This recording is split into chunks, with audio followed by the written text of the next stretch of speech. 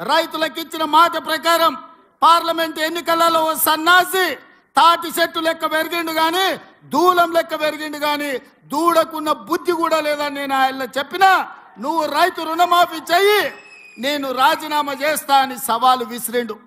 ఆయనలోనే నేను యాదగిరిగుట్ట లక్ష్మీ నరసింహ సాక్షిగా చెప్పిన 15 ఆగస్టు లోపల 2 లక్షల రూపాయల రుణమాఫీ చేసి తీరుతాని మాట ఇచ్చిన పార్లమెంటులో 42% ఓట్లు 8 పార్లమెంట్లు మీరు గెలిపించారు. ఇచ్చిన మాట ప్రకారం 15 ఆగస్టు నాడు ఖమ్మం కొత్తగూడెంలో భద్రాద్రి రాముల వారి సాక్షిగా 23 లక్షల మంది రైతులకు 18,000 కోట్ల రూపాయలు రైతుల ఖాతాలో వేసి రైతుల కళ్ళల్లో ఆనందం చూసినాం. మరి ఇవాళ మా కాంగ్రెస్ పార్టీ కార్యకర్తల సాక్షిగా ఆ సన్నాసిని నేను అడుగుతున్నా, రాజీనామా చేస్తా అన్నావు కదా, సిద్దిపేటకు పట్టిన చీడ పీడ విరగడవుతుందని ఆ సవాళ్ళు మేము స్వీకరించినాం. మరి ఈరోజు ఆ సన్నాసి ఎక్కడ దాక్కున్నాడని నేను అడుగుతున్నా. నేను వివరాలు పంపిస్తా.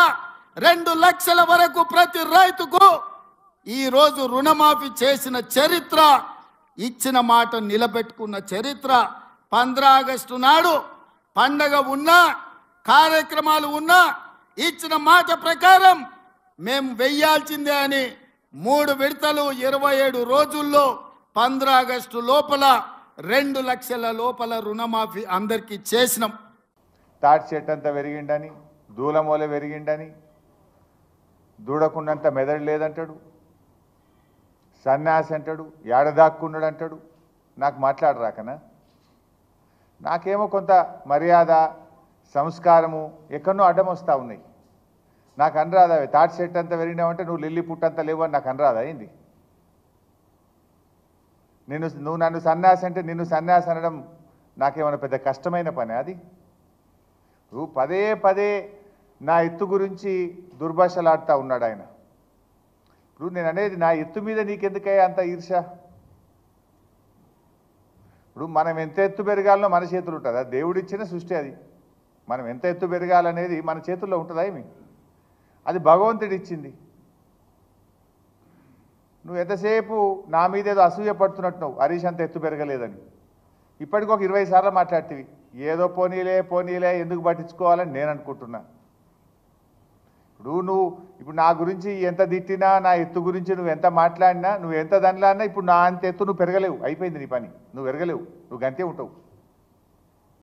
ఏం మాట నిలబెట్టుకున్నావు సన్నాసి అని నేను అనరాదా? అయింది నాకు. మాట తప్పిన సన్నాసి, మోసం చేసిన సన్నాసి అని 100 సార్లు అనగలుగుతాను నిన్ను. కానీ నాకు సంస్కారం ఉన్నది. నువ్వు ఎన్ని అబద్ధాలు ఆడినావు. ఈయనట అన్ని మాటలు నిలబెట్టుకున్నాడట. ఏం చెప్పినావు నీ మేనిఫెస్టోలో?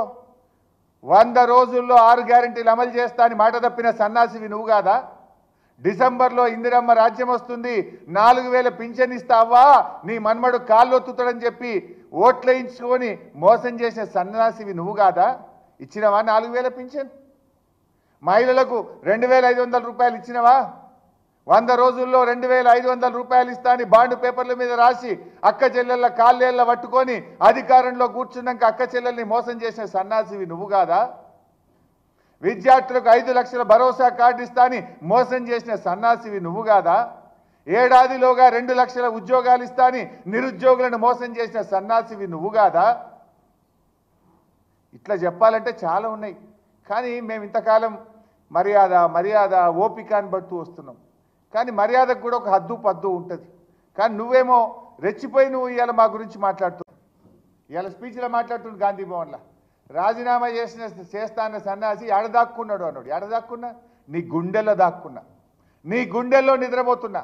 నిన్ను నిద్ర పట్టనీయకుండా అనుక్షణం రుణమాఫీ గురించి గుర్తు చేస్తూ నీ మెడలు వంచి ఇలా సగం రుణమాఫీ చేయించిన రేవంత్ రెడ్డి మిగతా సగం రుణమాఫీ చేసేదాకా కూడా నీ వెంట పడుతూనే ఉంటా. ఏడుంటా? నీ గుండెలో నిద్రపోతా. అడుగడుగులో నిన్ను గుర్తు చేస్తుంటా, అడుగడుగులో నిన్ను నిలదీస్తుంటా. రాష్ట్రంలో 42 లక్షల మందికి రుణమాఫీ జరిగేదాకా నీ గుండెల్లో నిద్రపోతా. ఏడవండుకున్నావు అంటున్నావు? ఏడవండుకున్నా? రోజు నీ వెంటనే పడుతున్నా. యాడిచి పెట్టా నిన్ను? యాదాద్రి దేవుని దగ్గరికి పోయి కూడా నేను ఎక్స్పోజ్ చేసిన. ఇవాళ ఒక్కరోజే మీరు చూస్తే రుణమాఫీ కాలేదు, అయిపోయింది అని అబద్ధం ఆడిండు. టీచర్ల ట్రాన్స్ఫర్లు 18 ఏళ్ల కింద అయిందన్నాడు. 2018లో ట్రాన్స్ఫర్లు అయినా 18 ఏళ్ల కిందనే టీచర్ల ట్రాన్స్ఫర్ అయినా అప్పటి నుంచి ఇప్పటిదాకా కాలేదని అబద్ధం ఆడిండు. బీఆర్ఎస్ హయాంలో రీజనల్ రింగ్ రోడ్ శాంక్షన్ అయితే అది నా హయాంలో శాంక్షన్ అయిందని మాట్లాడతాడు. ఇట్లా ఇవాళ ఒక్కరోజు ఒక 10 అబద్ధాలు ఆడిండు.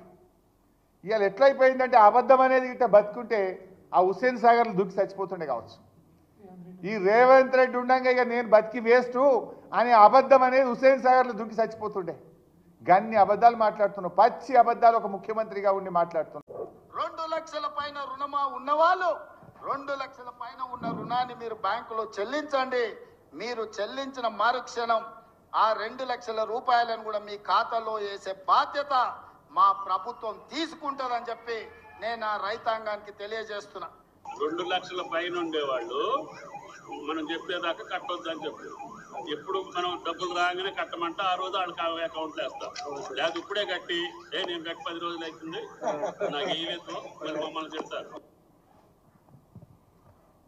ముఖ్యమంత్రి ఏమో 2 లక్షల పైన రుణం ఉన్నోళ్ళు వెంటనే కట్టండి, మీరు కట్టిన మరుక్షణమే మాఫీ చేస్తా అని ముఖ్యమంత్రి చెప్తాడు. వ్యవసాయ మంత్రి ఏమంటుండు, తొందరపడి పైన ఉన్నోళ్ళు కట్టకురు భయ్, మీరు కట్టినాక మళ్ళీ ఇంక ఇయ్యలేదని మమ్మల్ని అంటారు, ఇప్పుడే కట్టకురు నేను చెప్పినప్పుడే కట్టుండని వ్యవసాయ మంత్రి అంటాడు. నీదేం క్యాబినెట్ మంత్రికి నీకే శుద్ధి లేదు. నీ మంత్రిదో మాట నీదో మాట. నువ్వేమో కట్టుమంటావు, నీ మంత్రి ఏమో కట్టకమంటాడు. నువ్వు కట్టుమన్నదే నిజమైతే నేను ఒక 5 పేర్లు చెప్తా. బొమ్మగారి రజిత, గ్రామం తడకమల్ల, 3,16,000 అప్పుంటే 1,16,000 రూపాయలు కట్టేసింది, నల్గొండ జిల్లా. మరి ఎప్పుడు ఇస్తావో చెప్పు. మరుక్షణం అన్నావు కదా రేవంత్ రెడ్డి, కట్టి 15 రోజులే. అట్లనే బచ్చు రంగయ్య 2,18,000 అప్పుంటే మిత్తితో సహా 2 లక్షల పైన 38,000 ఉందంటే 38,000 కట్టిండు. ఎస్బీఐ ఏడీబీ నల్లగొండ మిర్యాలగూడ మండలం. ఈయనకి ఎప్పుడు చేస్తావో చెప్పు.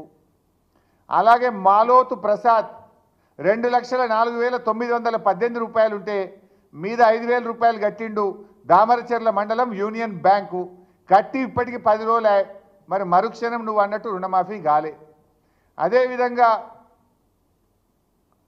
కమతం ఎల్లయ్య 3,20,000 ఉండే మిత్తితో సహా 1,30,000 కట్టమంటే ఎస్బీఐ జిల్లాల బ్రాంచ్లో 1,30,000 కట్టిండు.